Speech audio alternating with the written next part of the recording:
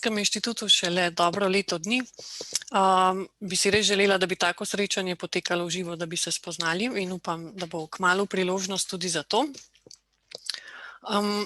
Na začetku bi rada omenila, da je ena izmed pomembnih nalog integriranega varstva rastlin, kot je tudi že Primož omenil, upravljanje z odpornostjo škodljivih organizmov proti fitofarmacevtskim sredstvom.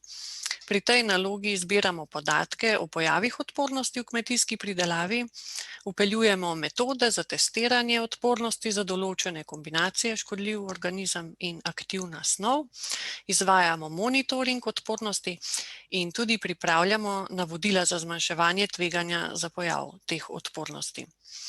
Danes pa, kot že rečeno, bom predstavila del teh raziskav, in sicer odpornost gljive Zimoseptoria tritici proti fungicidom iz skupine azolov. Kot je že moja predhodna predavateljica povedala, gljiva Zimoseptoria tritici povzroča pšenično listno pegavost, ki je v bistvu najpomembnejša bolezen pšenice in povzroča največ škode na pšenici v Sloveniji. Po okužbi se pojavijo take ovalne pege, ki porjavijo, na njih pa se razvijajo črni piknidiji, torej trosišča, ki jih lahko opazimo s prostim očesom. Te se kasneje združujejo v podolgovate lise in lahko močno prizadenejo listno maso rastlin in s tem občutno zmanjšajo pridelek zrnja.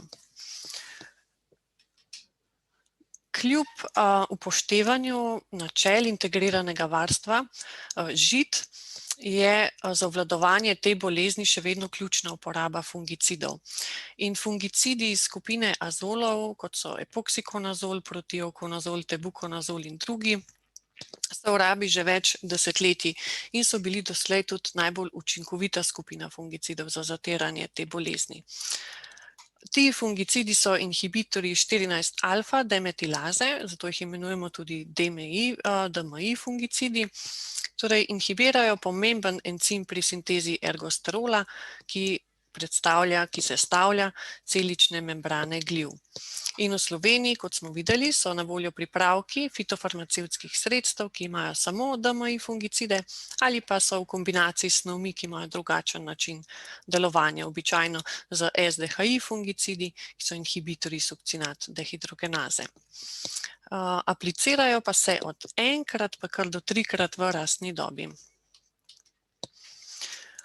Tveganje za pojav rezistence Zimoseptorije tritici na azole je srednje in k zmanjševanju občutljivosti ali razvoju odpornosti vodijo različne molekularne spremembe, bodisi v samem genskem zapisu, ki vodi potem do strukturnih sprememb tarčnega proteina, torej encima za sintezo ergosterola.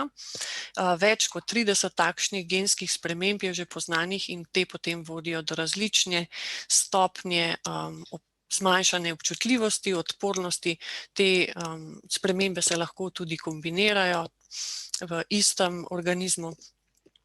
No, drugi način pa je tudi povišano izražanje genov, ki kodirajo črpalke za iznos fungicidov iz celic.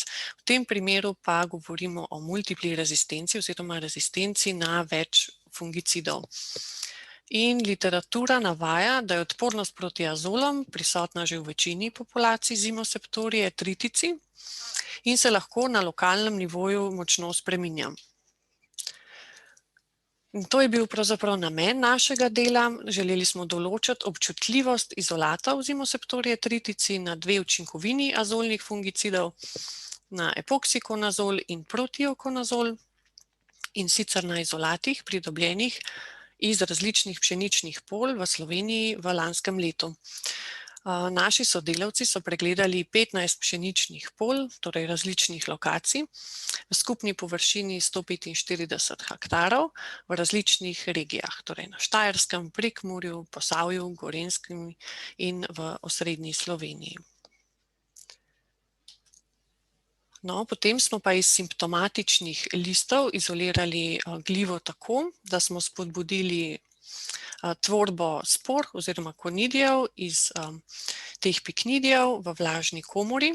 Iz vsakega posamičnega piknidija smo prenesli spore na selektivno gojišče z antibiotikom. Več seveda teh piknidijev na en posamezen list. In potem smo končno osamili glive do čistih kultur oziroma čistih izolatov.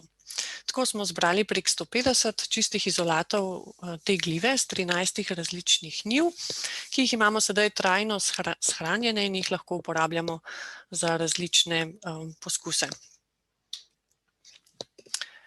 Zatem smo pripravili suspenzije trosov, torej spor, v točno določenem številu, tako da je bilo primerljivo med vsemi izolati, in smo jih izpostavili kemijsko čistim učinkovinam fungicidov, torej epoksikonazolu in protiokonazolu v mikrotiternih ploščah.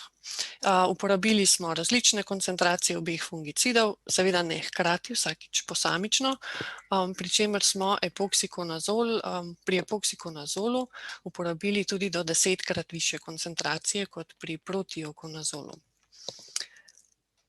Pri testu smo uporabili tudi 2 standardna seva, zato da smo lahko naše rezultate primerjali z nečim. In to sta sev IPO, za katerega je znano, da je občutljiv sev, in standardni sev OP, ki pa je srednje odporen sev. Ta izolata smo pridobili od danskih kolegov iz Univerze v Aarhusu. No, potem smo po določenem času rasti teh gliv izmerili njihovo rast v vsaki jamici mikrotiterne plošče. Vsak izolat smo testirali najmanj 2-krat, običajno večkrat, sploh kadar so bile vrednosti zelo izstopajoče. In seveda smo uporabili tudi pogoj, pri katerem fungicida nismo dodajali.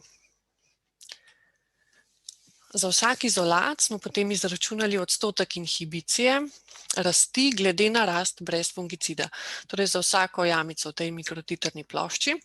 Potem pa smo iz teh podatkov zaračunali še efektivno koncentracijo 50, EC50, to je koncentracija fungicida, ki izzove 50% inhibicijo rasti, ter izračunali faktor rezistence.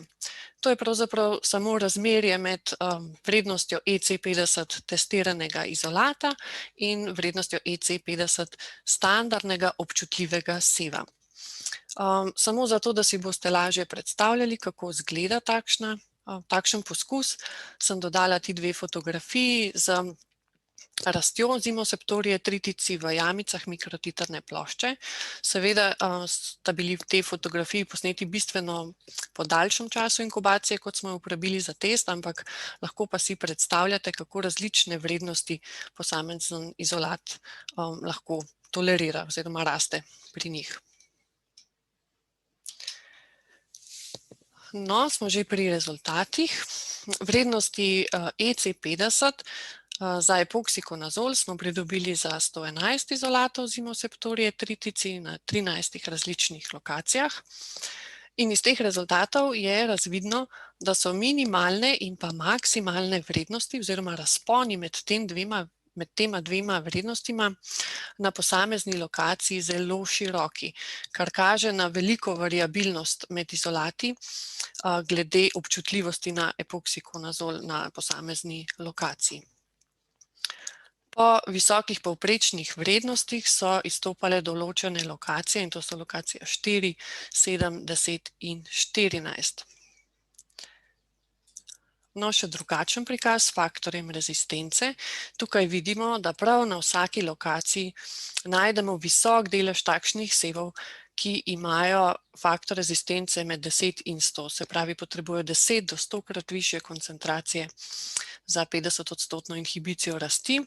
Poleg tega pa prav na vseh lokacijah najdemo tudi znaten delež takšnih sevov, ki imajo faktor rezistence večji od 100. kar že kaže na nek razvoj odpornosti te glive na epoksikonazol.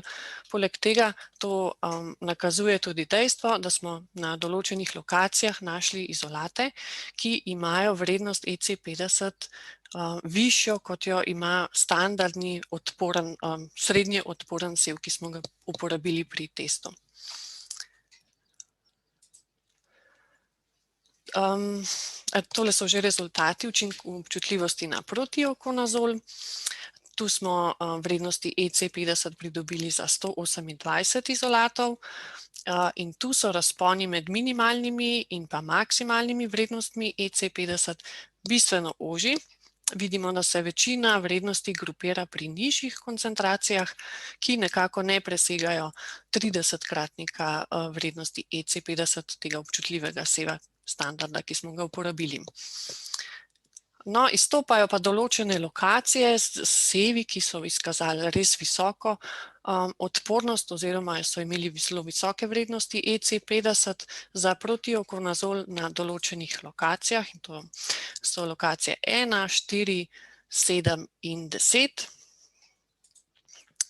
Tule so pa še deleži izolatov z določenim faktorjem rezistence, ki spet pokažejo, da imamo v primeru protiokonazola pravzaprav na vseh lokacijah takšne selle, ki še kažejo občutljivost. Se pravi, imajo faktor rezistence primerljiv z občutljivim sevom, razen na 3 lokacijah takšnih sevov ni bilo. Največji delež pa predstavlja pravzaprav takšni izolati, ki imajo faktor rezistence manjši od 10. No, spet pa izstopajo seveda lokacije, kjer smo tudi našli te selle z visokim deležem, z visokimi vrednostmi EC50, in to so lokacije 1, 4, 7 in 10. No, tole je še primerjava obeh rezultatov, da si lažje predstavljamo. Primerjava deležev vseh izolatov zimoseptorije tritici z določenim območjem faktorja rezistence za testirana fungicida pokaže, da je med pridobljenimi izolati v lanskem letu bil velik delež takšnih, ki kažejo zmanjšano občutljivost oziroma tudi odpornost na epoksikonazol. Kar 52% izolatov je takšnih, ki imajo faktor rezistence med 10 in 100, in še dodatnih 39% takih, ki imajo faktor rezistence večji od 100. No, pri protiokonazolu na tej strani pa je zadeva še nekoliko drugačna. Tu imamo kar velik delež takšnih izolatov, ki so še občutljivi. 17% je takih, ki imajo primerljivo občutljivost kot naš standard, občutljiv standard. 64% pa je izolatov, ki imajo faktor rezistence med 1 in 10. 15% je takih, ki imajo že nekoliko zmanjšano odpornost s faktorjem rezistence med 10 in 100 in 4% je bilo sevov, ki so imeli zelo visok faktor rezistence, več kot 100. No, takšni izolati, ki imajo tako visoke faktorje rezistence, pravzaprav predstavljajo potencial za razvoj odpornosti na fungicid na določeni lokaciji, saj na njih uporabljena koncentracija fungicida ne bi delovala oziroma bi delovala v bistveno manjši meri kot na občutljive seve, kar lahko da takšnim odpornim sevom selekcijsko prednost in se lahko zelo namnožijo na nekem območju. Pridobili smo tudi podatke o številu škropljen in uporabljenih aktivnih snoveh na vzorčenih njivah. No, 2 njivi nista bili škropljeni, 1 njiva je bila škropljena le enkrat, 5 njiv pa je bilo škropljenih 2-krat, kar je tudi najpogostejša praksa v Sloveniji. No, na 3 lokacijah pa so bili fungicidi uporabljeni 3-krat v rastni dobi, to so lokacije 4, 7 in 10. In če se spomnite rezultatov, sem te lokacije tudi pogosto omenjala, kajti na teh lokacijah smo zaznali zmanjšanje občutljivosti zimoseptorije tritici na protiokonazol, no tudi na epoksikonazol. Se pravi, da to verjetno vpliva. Na teh lokacijah so bili fungicidi uporabljeni 3-krat in tudi s ponavljanjem istih učinkovin. Po drugi strani pa na tistih lokacijah, kjer niso bili uporabljeni fungicidi, takšnih sprememb zmanjšane občutljivosti nismo zaznali. Tako lahko zaključujemo, da je pojav odpornosti gljive zimoseptorije tritici v Sloveniji realna težava, da je zmanjšanje občutljivosti na azole bolj izraženo na parcelah, ki so škropljene večkrat in s ponavljanjem istih učinkovin. In na tem mestu še enkrat poudarjamo, da upadanje učinkovitosti fungicidov lahko preprečujemo le z upoštevanjem načel integriranega varstva in s pravilno rabo fungicidov, kot je tudi že moja predhodna predavateljica Marita razložila v svojem predavanju. Na koncu se zahvaljujem še našim financerjem, ki nam omogočajo, da opravljamo te raziskave. In hvala tudi vam za pozornost.